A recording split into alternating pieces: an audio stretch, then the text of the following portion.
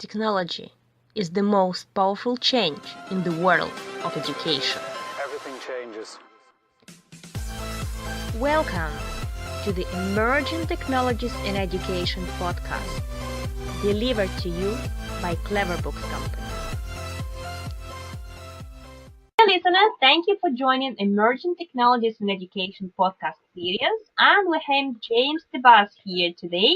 So I'd like to give him a word to introduce himself, tell where he's coming from, and what he does in life.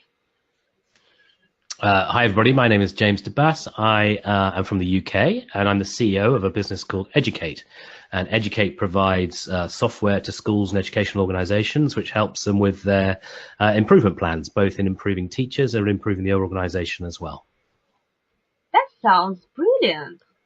Can you elaborate a little bit more about your company? What are you improving exactly, and how do you do that? Yeah, sure. So imagine you have an annual review if you're an employee of any organization. Typically, that's quite a stale and a pretty boring process. And what we're trying to do is transform that for teachers to become much more of a professional dialogue and a much more of a live, engaging process so that teachers get regular feedback. And we know from surveys from organizations like the OECD that helps to retain teachers in the profession. It makes them feel loved. And actually, they do change their classroom practice if they're given effective feedback. So one of our modules is in about 300 schools in the UK, actually about 700 schools in the UK. And we are looking to expand that beyond the UK into countries like China. We're expecting to sign a deal there in the next few weeks, and other countries in Southeast Asia, where these countries are looking to help improve the quality of teaching in their schools through using feedback and assessment. So that's one part of the things we do, and the other is a sort of a software module which tracks work streams within the school. So every school tends to have some improvement objectives they have, whether it's improving literacy or languages or behavior, whatever it may be. And this helps them, everybody, again, have a dialogue around, are they managing to stay on track to improve these work streams that they've set for themselves? And how do the leaders at the top of the organization know that this is happening? So that's a module that we're working on, especially in Wales. And we're looking to, again, to export that and expand that to countries overseas. That sounds really interesting. It is already indeed an example of technology in school, not for educational process, but for something else, which is absolutely brilliant. Okay, James, can you tell me then, how do you feel about using technology in the classroom and for educational purposes? Yeah, I think obviously with a background of a company in technology, I'm keen on its use, but I'm also a governor of a school here in England, so I see it in the technology in classrooms directly as well. So, and I think from what I've learned anecdotally over the years is that technology in a classroom can be very effective if the teacher has the correct training, both with the hardware and the software as well, and the technology is proven to be effective. I think too often you see quite a bit of churn in different types of technology or solutions used in classrooms, and teachers get a bit fatigued by the new approach to learning a particular subject or a new approach to how they're going to manage the classroom, etc. So I'm a big proponent where it's shown to be effective, which sometimes is quite difficult because efficacy studies for Edtech are sometimes expensive and long and don't really give you the answers that you need. But typically the teachers themselves will tell you what's effective, so they know, and also the students themselves know what's effective. So I'm a proponent of effective solutions, technology solutions in the classroom as an adjunct to traditional teaching methods as well. And I'll give you a little anecdote about that. I spoke to somebody a couple of weeks ago, and he was a head teacher, and he was having a disagreement with his head of technology because he wanted to introduce augmented reality or virtual reality around learning about trees. And his point was, well, why don't you just go outside and actually look at a tree rather than looking at it in the classroom? So I think, and the response was, well, we can actually look at the different aspects of the branches and we can compare them to different trees really quickly. And I think the solution there is we'll both complement each other. And so you can't have one without the other. So yeah, so to answer your question, yes, I think technology will solve some of the world's issues around teacher shortages and how we can share best practice. And things like personalized learning will certainly help to do that. So it'll enlarge class sizes and still maintain quality of teaching. So yes, I would say I'm a big proponent. That sounds really, really good. And I like your points, and that it should be, in the first place, complementary. One is not going without the other. And second important thing, that it should be proven technology. It should be something that is easy to use, and it should be something that teachers are confident in using. So absolutely agree with you on that point. And if we're talking like more deeply, and you're working with schools as well, so I want to take this advantage and ask you the question: how do you see technologies used in the classroom in UK currently, and how do you see that developing in the future? Yeah, so what I see is there's a bit of a battle going on uh, for market share, or how we want to describe it, with some of the big providers like Google and Microsoft. And that's been playing out over the last several years. And schools seem to be moving towards this idea of, we'll go with Chromebooks and we'll go with Google Classroom.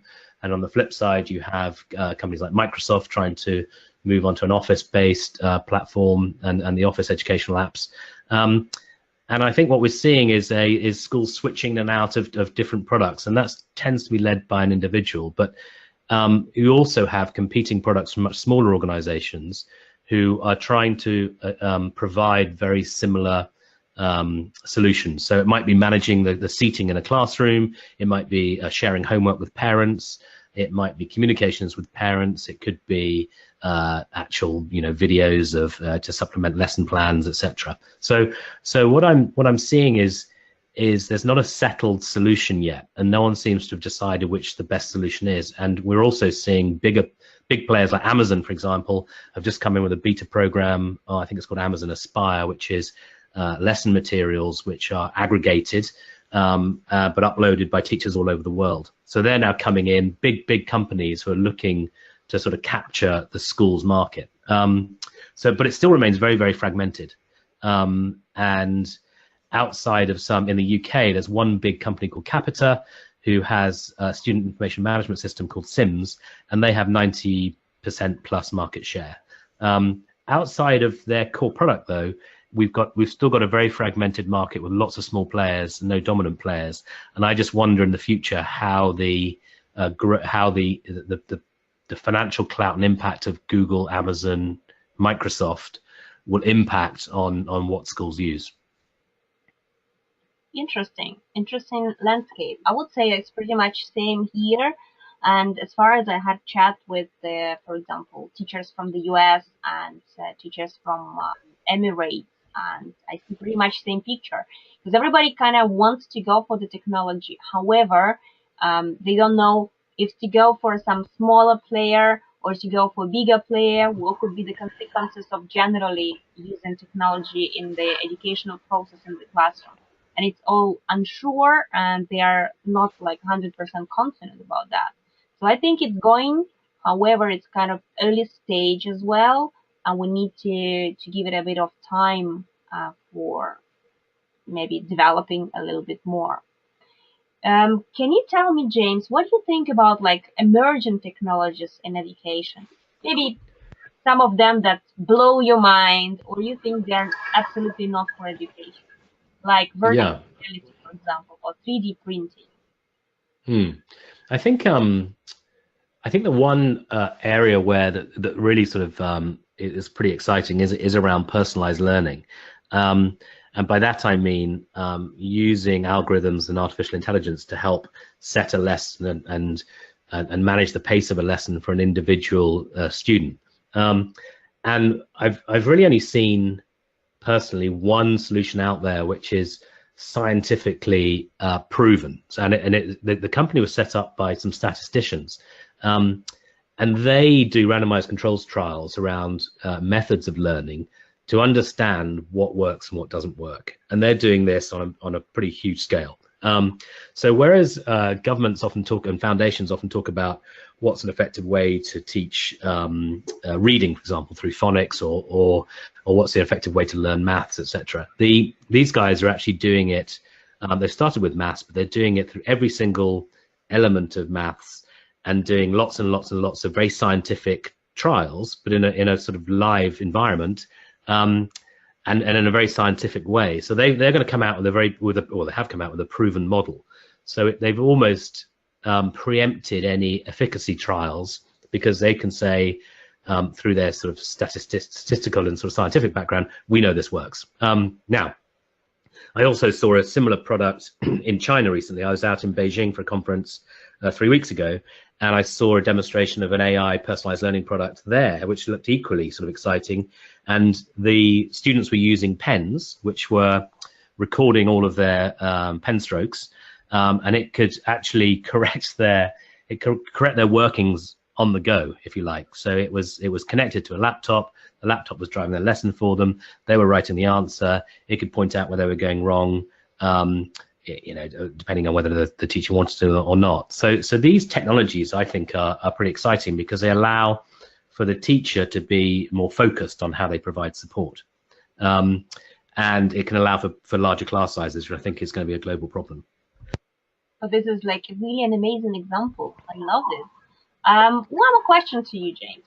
And sometimes we meet people who are totally going for like, yes, I want to use technology in education. I'm totally for this evolution or revolution in the education. But some people might say, I don't know, I don't think it's for me, and I don't think this technology could be used. What do you normally say to those people?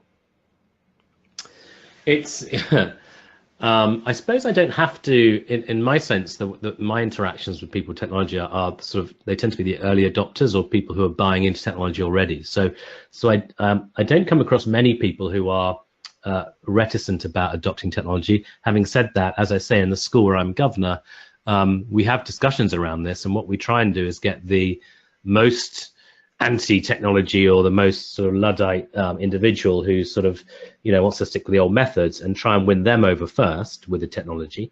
And then they become the cheerleaders for the other teachers who actually were probably more ready to accept it in any event.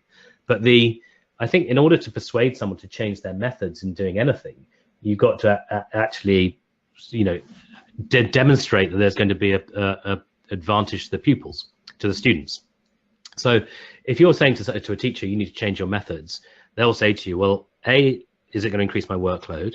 But hopefully the first thing they'll say is, how's it going to improve the results of my students? How's it going to enhance their learning, improve their results, or augment what we're doing? So unless you can actually demonstrate that will happen, either by saying, if you speak to a teacher down the road in a different school, you can talk to them about it. So testimonials become incredibly important for those who are resisting adopting the new technology. I think that they are quite teaching is quite a community-based profession, and there's a lot of trust in other people's opinions. And I think if they see it working in effect in another school, and they can go and see that and talk to other teachers, that's the way to persuade them. That's brilliant. Referrals is one of the key things. And it's actually driving not only in the educational market, I think it's driving any consumer decision nowadays, because we see like so many people are seeing like, okay, my friend or the person I know have paid attention to this product, so maybe I have to as well. Absolutely loved it. Okay, thank you very much, James. And I think you gave like a lot of great insights, and especially touching the technology of the personalized learning. I think it's the most important thing. And I think if we work on the brilliant technology of education, the first thing we need to think of to how we can do the personalized learning for the kids, because every single person is so different and we can't judge them according to the same criteria. I absolutely love this point. Thank you so much, James, for your time. Highly appreciate it, and have a great day. My pleasure. You too. Bye-bye. Bye. So everything changes.